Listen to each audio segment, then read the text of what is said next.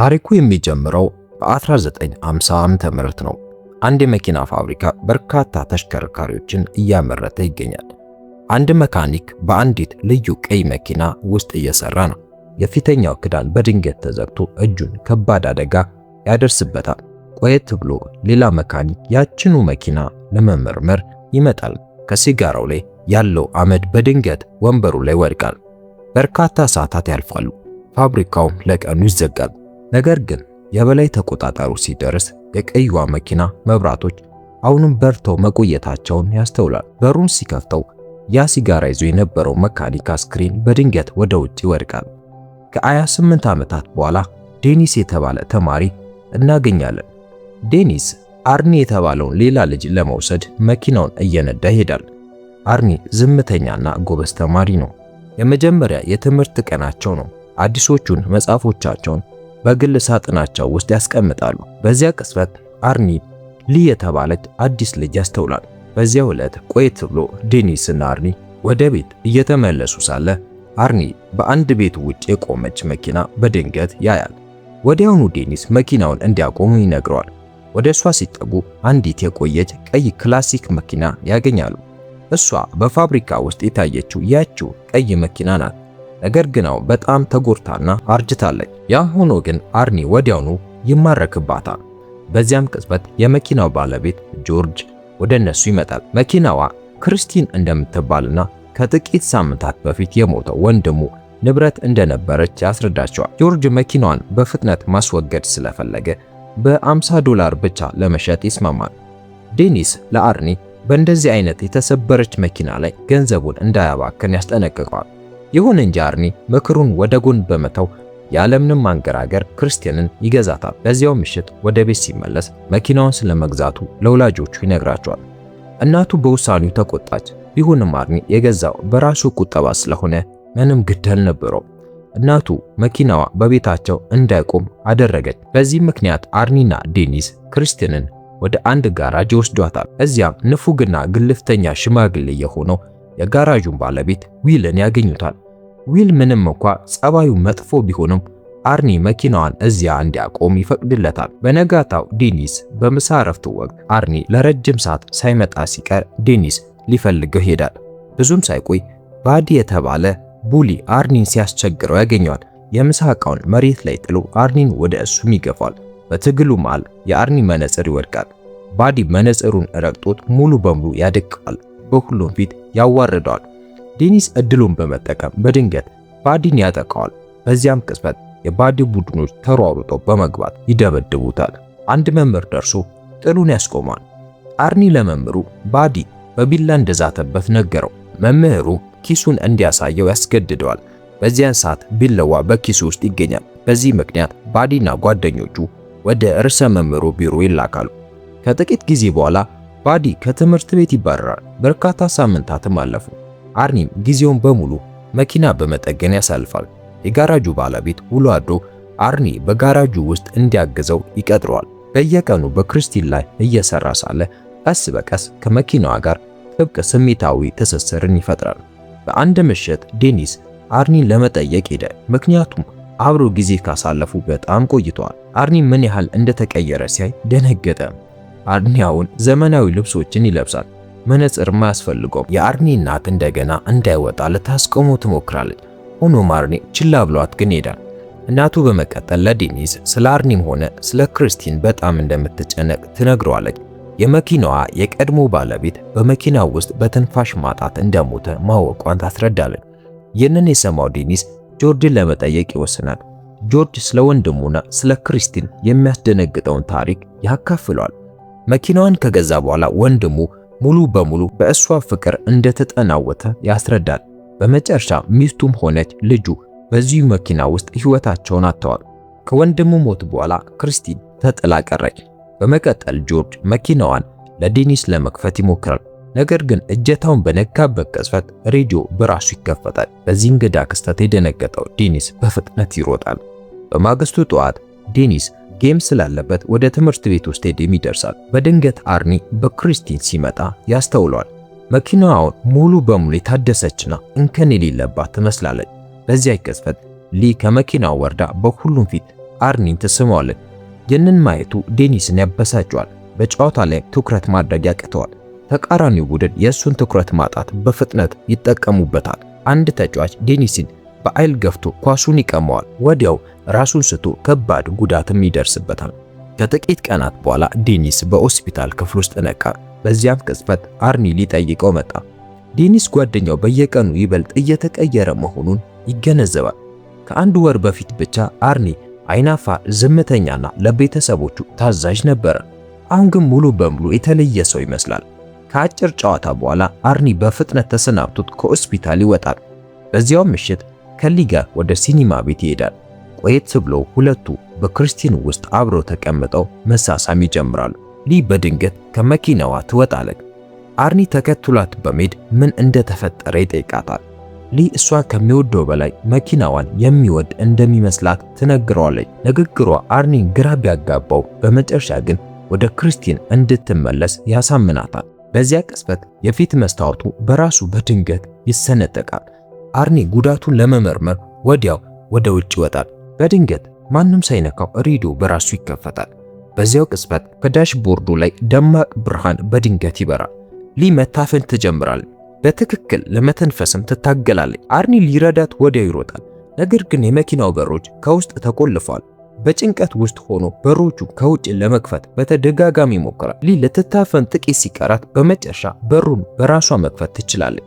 በአቅራቢያ የነበረ አንድ ሰው ሊረዳት በፍጥነት ከመኪና ውስጥ ይጎትታታል። በመጨረሻም ሁኔታው ተረጋጋ። አርኒ ቆየት ብሎ ሊን ወደ ቤቷ ይወስዳታል። ከመኪናው ከወረደች በኋላ ሊ ከእንግዲህ ከእሱ ጋር መነጋገር እንደማትፈልግ ትነግረዋለች። አርኒ ለተፈጠረው ነገር ሁሉ ይቅርታ ለመጠየቅ ይሞክራል። ነገር ግን ሊ ክርስቲን ልትገድላት እንደሞከረች የተሰማትን ያንን የሚያስፈራ ስሜት ልትረሳው ግን አትችልም። በመኪና ውስጥ አብረው ጊዜ ባሳለፉ ቁጥር ሁል ጊዜ የሆነ ነገር ስለሚበላሽ መኪናዋ በእሷ እንደምትቀና ታምናለች።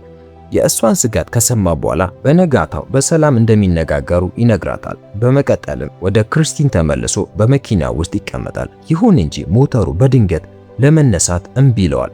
ከሊ ጋር ምንም ቢፈጠር ሁል ጊዜ ክርስቲንን በተመሳሳይ መንገድ እንደሚወዳት ገለጸላት። ቁልፉን እንደገና ባዞረበት በዚያው ቅጽበት ሞተሩ ወዲያው ተነሳ።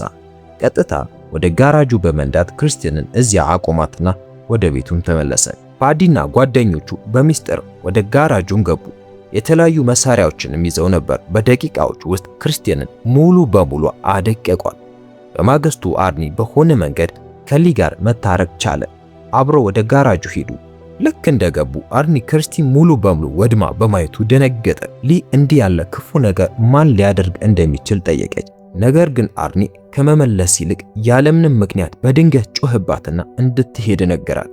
ቆየት ብሎ አርኒ መኪናዋ መውደሟን ለወላጆቹ አሳወቀ። እነሱም ሊያጽናኑት በመሞከር ሌላ መኪና እንደሚገዙለት ቃል ገቡለት። ሆኖም ግን አርኒን ይበልጥ እንዲቆጣ አደረገው። ወላጆቹ ልክ እንደ ሊ ሁሉ ክርስቲንን እንደሚጠሏት ያምናል። እንዲሁም በመኪናዋ ላይ ለደረሰው ነገር ተጠያቂ ማደረጋቸው። ክርስቲንን ቤቱ ውስጥ እንዲያቆያት ቢፈቅዱለት ኖሮ ይህ ሁሉ እንደማይፈጠር ተከራከረ። ቁጣው እየበረታ ሄዶ ወላጆቹን መስደብ ጀመረ። ከዚያም ወደ ክፍሉ አመራ። አባቱ አስቆመውና እናቱን ይቅርታ እንዲጠይቅ ያዘዋል። ይሁን እንጂ አርኒ እሱንም ጭምር መስደቡን ቀጠለ። በመጨረሻም አባቱ ትዕግስቱ አልቆ እጁን አነሳበት። አርኒ በቁጣ ምላሽ ሰጥቶ በዝምታ ከቤት ወጣ። ቀጥታ ወደ ክርስቲን ተመልሶ በመሄድ መኪናዋን እንደገና ክፍል በክፍል ለመጠገን ወሰነ። ነገር ግን በመቀጠል የተመለከተው ነገር ሙሉ በሙሉ አስደነገጠው። ልክ በዓይኑ ፊት ክርስቲን ሕይወት እንዳለው ነገር ራሷን መለወጥና መጠገን ጀመረ። አርኒ በአድናቆትና በደስታ ተመለከተ። በጥቂት ቅጽበታት ውስጥ ክርስቲን ራሷን ሙሉ በሙሉ አደሰች። በዚያው ምሽት እኩለ ሌሊት አካባቢ የባዲ ቡድን አባል የሆነው ሙቺ የተባለ ልጅ በመንገድ መሃል አንድ መኪና አስቆሞ ዘረፈ። በድንገት ከሩቅ የመኪና ሞተር ድምፅ ሲቃረብ ሰማ። በጉጉት ይበልጥ በቅርብ ለመመልከት ወደፊት ተራመደ። ተሽከርካሪዋን ባወቀበት ቅጽበት ፍርሃት ወረረው። እሷ ክርስቲን ነበረች። ሙቺ በመኪና ውስጥ አርኒ እንዳለ ገመተ። አርኒ ክርስቲንን ያጠፉት እሱና ባዲ መሆናቸውን እንዳወቀ ተረዳ። በመፍራት ሙቺ ይቅርታ መጠየቅና እንዲምረው መማፀን ጀመረ። መኪናዋ ግን በከፍተኛ ፍጥነት ቀጥታ ወደ እሱ ተነሳች። ሙቺ ደንግጦ ለህይወቱ ሲል ፈረጠጠ። ለአንድ አፍታ መኪናውን ማሳደዱን ያቆመች መሰለው። ነገር ግን ከሰከንዶች በኋላ ክርስቲን ተመለሳ እሱን ማደን ቀጠለ። ሙቺን ለማምለጥ ወደ አንድ የተተወ መጋዘን ውስጥ ገባ።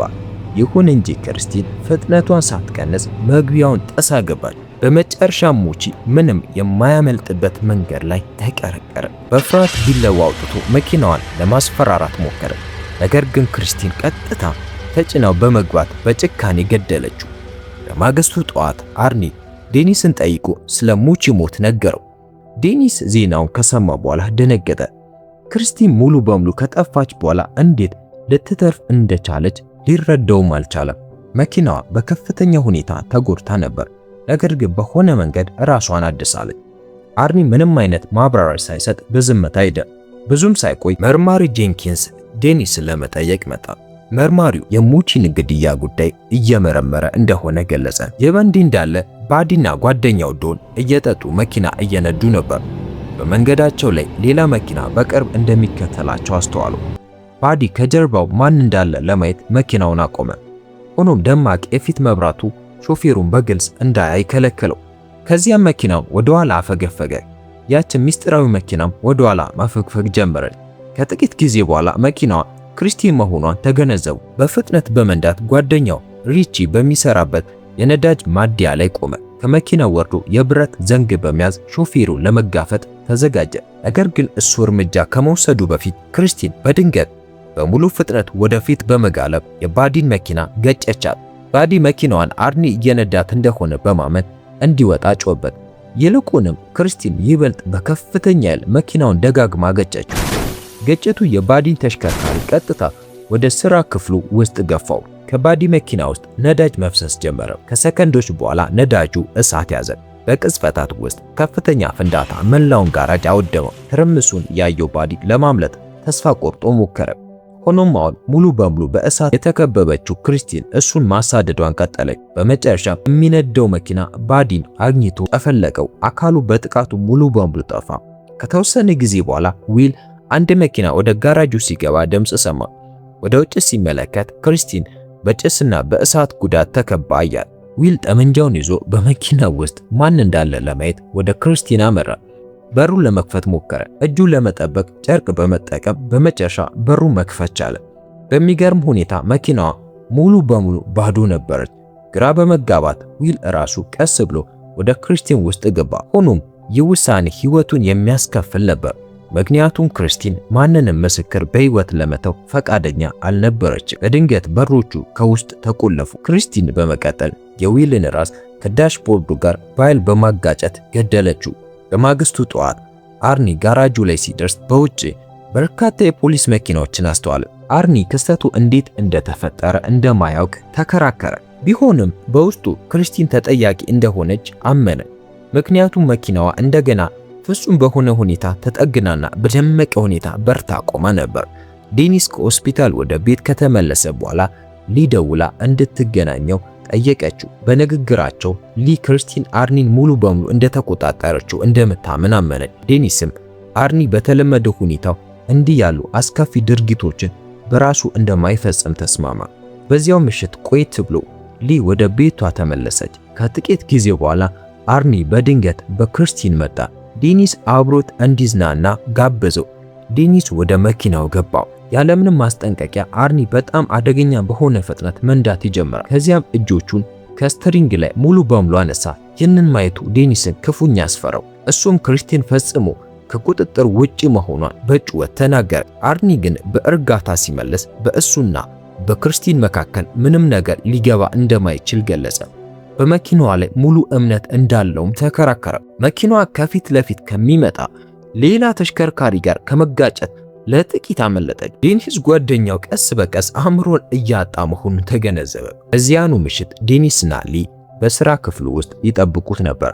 አርኒ ሳይመጣ ሲቀር በአቅራቢያው ወደ ቆመ አንድ ኤክስካቫተር ገብተው ወደ ጋራጁ ውስጥ አስገቡት። አርኒ እንደደረሰ ሊ በቢሮ ውስጥ እንድትቆይና በሩን እንድትዘጋው አቀዱ። በተመሳሳይ ጊዜ ዴኒስ ኤክስካቫተሩን በመጠቀም ክርስቲን ለማውደም አሰበ። ሊ በትክክል በታቀደው መሰረት ወደ ቢሮ ገባች። ነገር ግን ክርስቲን በጋራጁ ውስጥ ባሉ የቆሻሻና ቁርጥራጭ ክምሮች መካከል በሚስጥር ተደብቃ እንደነበር ሁለቱም አላስተዋሉም ነበር። በጨለማ ውስጥ የመኪናዋ የፊት መብራቶች በሩ። ክርስቲንም ወደፊት በመጋለብ ሊን ለመጨፍለቅ ሞከረ። ሊ ከላይ የተንጠለጠለ ጎማ በመያዝ ሕይወቷን ለጥቂት ማዳን ቻለ። ዴኒስ ሊ ላይ አደጋ እንዳይደርስ ለመጠበቅ በፍጥነት ኤክስካቫተሩን በክርስቲን ፊት ለፊት አቆመው። ከዚያም ክርስቲን ወደ ሌላኛው የሥራ ክፍሉ አቅጣጫ ስትዞር ዴኒስም ኤክስካቫተሩን በተቃራኒው አቅጣጫ ነዳው። ብዙም ሳይቆይ ሁለቱ ተሽከርካሪዎች ፊት ለፊት ተፋጠጡ። በዚያ ቅጽበት አርኒ አሁን መኪናዋን በፈቃደኝነት እየረዳ ስለነበር ክርስቲን ብቻዋን እየተንቀሳቀሰች እንዳልሆነ ገልጾ ነው። እሱ ሙሉ በሙሉ በክርስቲን ቁጥጥር ስር ወድቆ ነበር። በድንገት የክርስቲን የፊት መብራቶች በደመቀ ሁኔታ በሩ። ኤክስካቫተሩ በድንገት መስራት አቆመ። ዴኒስ ወዲያውኑ ማሽኑን እንደገና ለማስነሳት ሞከረ። ይህ በእንዲህ እንዳለ ክርስቲን ሊን ለመግደል ቆርጣ ወደ ቢሮ አቅጣጫ በፍጥነት ተጓዘች። ሆኖም ያ ብርቱ ግጭት በድንገት አርኒን በፊተኛው መስታወት በኩል ወርውሮ መሬት ላይ ጣለው። ሊ በሕይወት መኖሩን ለማረጋገጥ በፍጥነት ወደ እሱ ሮጠች። እንደ አጋጣሚ ሆኖ አንድ ትልቅ የተሰበረ የመስታወት ስብርባሪ አካሉን ወግቶት ነበር። አርኒ እጁን ወደ ክርስቲን ለመዘርጋት ሞከረ። ሆኖም በጣም አጥብቆ በሚወዳት መኪና ፊት ለፊት በደረሰበት ጉዳት ሳቢያ ብዙም ሳይቆይ ሕይወቱ አለፈች። ሊ ወዲያውኑ ከጋራጁ ለማምለጥ ሞከረች። አሁንም በቀል የምትፈልገው ክርስቲን መኪናውን ወደ ኋላ በማርሽ በማስገባት እንደገና ልትጨምቃት ሞከረች። በዚያ ቅጽበት ዴኒስ በመጨረሻ ኤክስካቫተሩን እንደገና ማስነሳት ቻለ። እድሉን በመጠቀም ቀጥታ ወደ ክርስቲን አመራ። ዴኒስ ኤክስካቫተሩን በከፍተኛ ኃይል በመኪናዋ ላይ አሳረፈው። ክርስቲን ለማምለጥ በጭንቀት ትሞክር ነበር። ዴኒስ የኤክስካቫተሩን ጥፍር በመጠቀም ክርስቲንን ከበስተጀርባ ጨፈለቃት። ይህ ከባድ ጥቃት በመናፍስት የተያዘችውን መኪና በከፍተኛ ሁኔታ አዳከማል።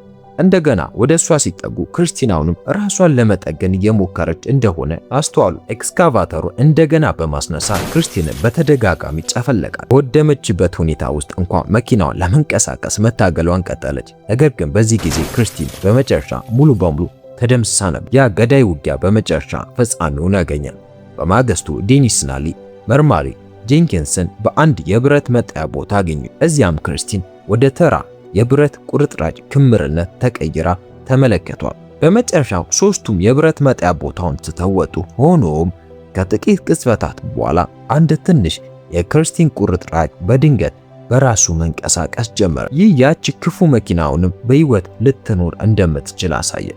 ከወደዳችሁት ላይክ አድርጉ፣ ሰብስክራይብ በማድረግ ቤተሰብ ሁኑ።